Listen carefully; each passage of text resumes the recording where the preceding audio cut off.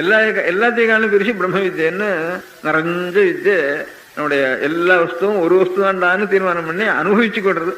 வாயால நினைச்சோம்னா இன்டெலெக்சுவலா தெரிஞ்சு போயிடும். அது அனுபவத்துக்கு கொண்டு வர வேண்டியது அது பெரிய ஆத்ம வித்யை. ஆனா அந்த ஆத்ம வித்யை வரணுமானா மனசுக்கு நல்ல சக்தி வேணும்.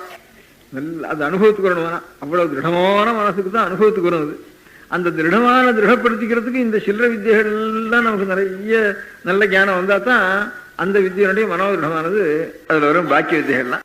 அதனால எல்லா சாஸ்திரங்களையும் அதுக்கு சாதனம் அது. அதனால மேத்தமேட்டிக்ஸ் முதற்கொண்டு அதுக்கு சாதனம் தான். எல்லாம் ஆத்ம வித்தியக்கு சாதனம் தான் அது.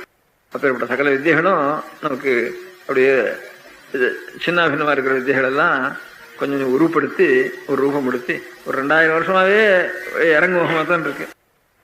அதுல இருந்து தான் சொல்ற வழக்கம். இந்த பாக்கி தேசங்கள்ல எல்லாம் அவளுடைய முன்னேற்றத்தை பார்த்தா முதல்ல ரொம்ப கரடு முரடா இருந்திருக்கு. வர வர வர வர நைசா போய் வசந்த நிலை வந்திருக்கு. அப்படி அவளுடைய சிற்பத்திலேயோ எல்லாத்துலயும் பாக்கி தேசங்கள் எல்லாம் அப்படி இருக்கு. இந்தியா தேசத்துல பார்த்தா முதல்ல இருந்தது ரொம்ப அழகா இருந்திருக்கு. வர வர வர வர வர குறைஞ்சிட்டு இருந்திருக்கு. இப்ப ஒரு செவுத்துல எழுதிக்க முடியாத எழுத்துக்களுடைய அழகை பார்த்தாலும் இப்ப 200 வருஷம் 300 வருஷத்துக்கு முந்தி எழுதுறேன், 100 வருஷம் 200 வருஷத்துக்கு முந்தி எழுதுறேன் செவுத்துல எழுதிக்கிற எழுத்தெல்லாம் பார்த்தா மண்டையா லைனும் இல்லாம ஒண்ணும் இல்லாம போனாமனா எழுத்தும் இல்லாம அதுக்கு இலக்கணம் இல்லாம அப்படி எழுதி கிடக்கு ஒரு 200 வருஷத்துக்கு வந்து. அதுக்கு முந்தி சோழ ராஜாக்கள் நாள் இருந்தது கொஞ்சம், விஜயநகர் நாள் கொஞ்சம் நல்லா இருந்திருக்கு. சோழ ராஜாக்கள்ல இன்னும் நல்லா இருந்தது.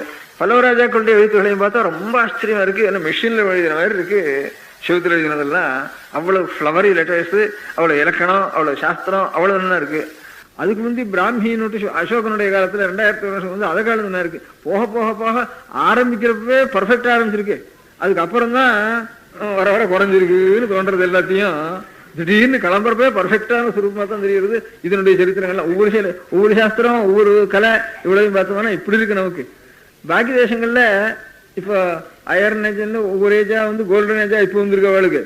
இப்ப நமக்கு கோல்டன் ஏஜ்ல இருந்து கலிகாலம் அயர்ன் ஏஜா வந்திருக்கு நமக்கு ஹிருதயுகத்துல இருந்து அப்படின்னுட்டு தலைகீழ இருக்கு ஒரு தேசத்துக்கும் நம்ம தேசத்துக்கு. அதனால நமக்கு என்ன புத்திக்கு கண்ணுக்கு என்ன தெரியுதோ, இப்ப நம்ம இந்த புத்திக்கு என்ன தெரியுதோ அதுதான் சரியா. அதுக்கு மேல நான் ஒன்னும் கவனிக்க வேண்டியது அவசியம் இல்லைன்னு இல்லாம நாம் எல்லாத்தையும் தெரிஞ்சுக்கணும். தெரிஞ்சுன்னு தான் ஒண்ணு நல்லது கொள்ளாதுன்னு இருக்கிறத நாம் வந்து அது தப்பு இது தப்பு அது தப்பு, அதனால அவனுக்கு ஒண்ணும் தெரியல மூடத்தனமா திருநாட்டு வந்துட்டா அப்படிங்கிறது தீர்மானம் பண்ணிக்கொள்ளாம விஷயத்தை நாம் தெரிஞ்சுட்டு அதுக்கப்புறம் அந்த விஷயத்தை அறிஞ்சுக்கணும். அதுல என்ன நல்லதா இருக்குமோ, எந்த புத்துல எந்த பாம்பு இருக்கோ நமக்கு தெரியாது. இதெல்லாம் நல்ல நிதிகளை நாம் விட்டுட்டோம்னா அப்புறம் அழுக முடியாது இருக்கும். இன்னும் மோசம், இப்பவே ரொம்ப மோசமாவே இருக்கும், இன்னும் போக முடியாத நிலைமை நமக்கு வரும். அப்படிங்கிற நிலையில உன்னையும் நாம் வந்து கண்டனம் பண்றதுக்கு அதிகாரம் இருக்குன்னு நாம் ஒண்ணும் நினைக்காம நான் தெரிஞ்சுக்க வேண்டிய அதிகாரம்னு அது மாத்திரம் தெரிஞ்சுட்டு நிறைய தெரிஞ்சுக்கிறதுக்கு வேண்டிய வழியை நாம் எல்லாம் செய்யணும். அதுக்குதான் ராஜாங்கம் ஒண்ணும் இல்லை, அவள் ஒன்றும் செய்யறதுக்கு இல்லை. ஒரு இது வரைக்கும் ராஜாங்கங்களுடைய பொறுப்பா இருந்து தனி ஜனங்களுக்கு பொறுப்பு இல்லைன்னு இருந்திருக்கு. இப்ப நம்ம என்ன ஏழையோ, என்ன கஷ்டப்படுறோமோ, என்ன ஆபத்தோ, என்ன சம்பத்தோ எது இருந்தாலும் நாம் எல்லாரும் சேர்ந்து 10 பேரா சேர்ந்து நாமே முதல்ல இண்டிவிஜுவலா தெரிஞ்சுக்கணும். அப்புறம் பணத்தை கொண்டு செய்யணும்னா 10 பேரா சேர்ந்து நம்மளால சக்தியான பணத்தை கொண்டு கொஞ்சம் அதுல சேர்த்து அதுல இருந்து பணத்தினாலையும் செய்யணும். 10 பேர் சேர்ந்து தனித்தனியாகவும் தெரிஞ்சுக்கிறதுக்கு ஆசைப்படணும். அப்படி நம்மளுடைய சாஸ்திரங்களை என்னென்ன இருக்குன்னு நாம் தெரிஞ்சுட்டு அதுக்கு வேண்டிய பிரயத்தனங்களை பண்ணணுங்கிற ஞாபகத்தை எல்லாருக்கும் தெரிவிக்கணுங்கிறதுக்காக அதுக்கு எல்லாத்துக்கும் மூலம் ஆஞ்சநேயருடைய பக்தி இருந்துட்டுதானா நமக்கு சகலமும் வரும். சகல வித்தியர்களுக்கும் அவர் தான் சிஷ்டாதா. ஒரு நல்ல ஒரு பிடிப்பு முதல்ல இருக்கணும் நமக்கு.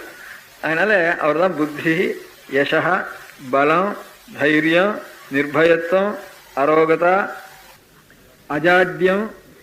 அஜாட்யம்னா ஜடமா டிப்ரெஸ்டா இருக்க ஒரே மட்டித்தனமா அது இல்லாம இவ்வளவு தெரியும். வாக்கால சொல்ல முடியாது, வாக்குப்படுத்த இவ்வளவு இருக்கும். வாக்குனால சொன்னா புரட்சியா இருக்குது மனசுக்கு, அவளுக்கு மனசுக்கு உள்ள செல்ல முடியாது, நம்ம சொல்ல தெரியாது. அவ்வளவு வாக்குப்படுத்தும். இவ்வளவும் எதனால வரும்னா ஹனுமானுடைய ஸ்மரணத்தினால நமக்கு கிடைக்கும். ஆஞ்சநேயர பக்தியில மீறவா ஒத்துற முடியாது. பலத்துல இருக்கிறவனுக்கு பக்தி இருக்காது, பக்தி இருக்கிறவனுக்கு பலம் இருக்காது.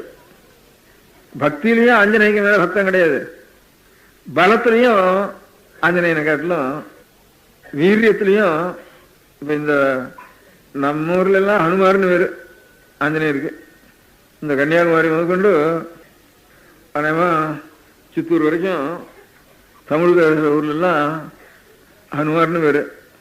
தெலுங்கு தேசத்துல போனா கொஞ்சம் ஆஞ்சநேயர் ஒன்று ஆஞ்சநேய ஆஞ்சநேயன்னு பேர் கொஞ்சம் தெலுங்கு தேசத்தில் கொஞ்சம் ஜாஸ்தி. இங்கே ஹனுமான்கிற பேர் கொஞ்சம் ஜாஸ்தி. தெலுங்கும் தாண்டி கன்னடமும் தாண்டிட்டு ஹனுமந்தான்னு சொல்றது கன்னட தேசத்தில் ஹனுமந்தா ஹனுமந்தான்னு சொல்றது. நாம் ஹனுமாருங்கிறோம், ஹனுமந்தாங்கிறது. அது கன்னட மகாராஷ்டிர தேசம் போயிட்டா இந்த பேர்லாம் தெரியாது. மாருதி மாருத்தின்னு சொன்னா தான் அவளுக்கு தெரியும். மாருதிங்கிற சொல்லுவாங்க. மகாராஷ்டிரம் தாண்டி central province, central India, Hindustan ஆரம்பிச்சு பஞ்சாப், காஷ்மீர், வடக்கு யுனைடெட் ப்ராவின்ஸ் வரைக்கும் போயிட்டா மகாபீர்னு பேர் இருக்கு. பஜரங் மகாபீர், மகாபீர்னு பேர் இருக்கு. மகாவீரர்னு பேர் இருக்கு. மகாவீரன் வீரனுடைய சொர்க்கம். மகாபீர் கே மந்திர்னு சொல்றாங்க. மகாபீர் மகாவீர்னு இருக்கு. மகாவீரன்னு இருக்கு. மாருத்தின்னு பேர் மகாராஷ்டிர தேசத்துல. ஹிந்துஸ்தான் தேசங்கள் எல்லாம், பஞ்சாப் ஹிந்துஸ்தானங்கள்லாம் மகாவீரன்னு பேர் இருக்கு. அந்த மாதிரி வீரியத்துல அவருக்கு சமானம் கிடையாது.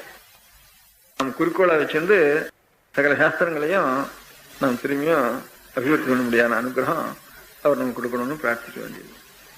ஆஞ்சநேய சுவாமிக்கு நம. பார்வதி பதயே.